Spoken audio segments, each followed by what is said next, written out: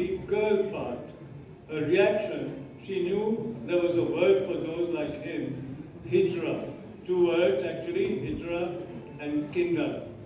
And then, of course, later on she realizes that Aftab is neither hijra nor kinder, but Aftab is really what we call intersex, the I in LGBTQIA, or what was earlier called hermaphrodite. But that she learned only later. Now, Gitanjali Sri, I don't know if she's here, I saw her poster outside, but Red Samadhi, which won the International Booker Prize, translated into English as Tombs of Stan, once again has this character called, what's her name? Rosie Bua, and she's supposed to be a hijra, and she develops an affinity with a character called Ma, who's 80 years old, and then there is another character called Beti, who meets a character called Tailor Master, and it turns out that Tailor Master is actually Rosie Bua. So that's the story.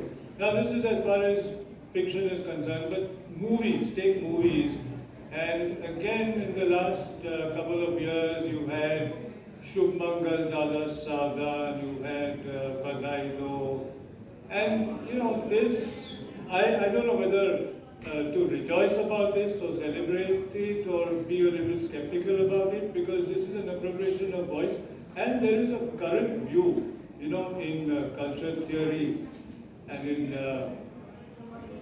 the discourse concerning the subject, that people, especially marginal voices, should be allowed to speak in their own voice. Okay?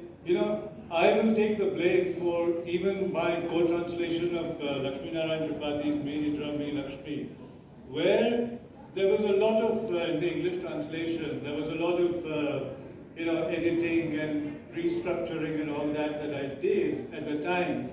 But I now realize that perhaps I should have let the book be as it was in the Marathi original, because that was Lakshmi's voice. So there is this view that it's almost like saying, start the tape recorder and let them speak in their own voice and don't intervene on their behalf, because if you intervene, you're doing what, there's this transgender activist called Guy Semblar, who uses a very nice term, epistemic violence.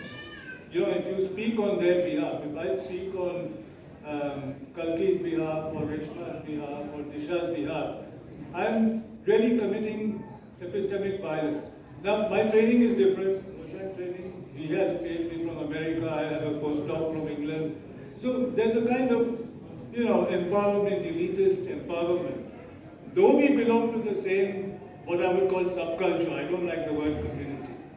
But I think it's important to let marginal people speak in their own voice.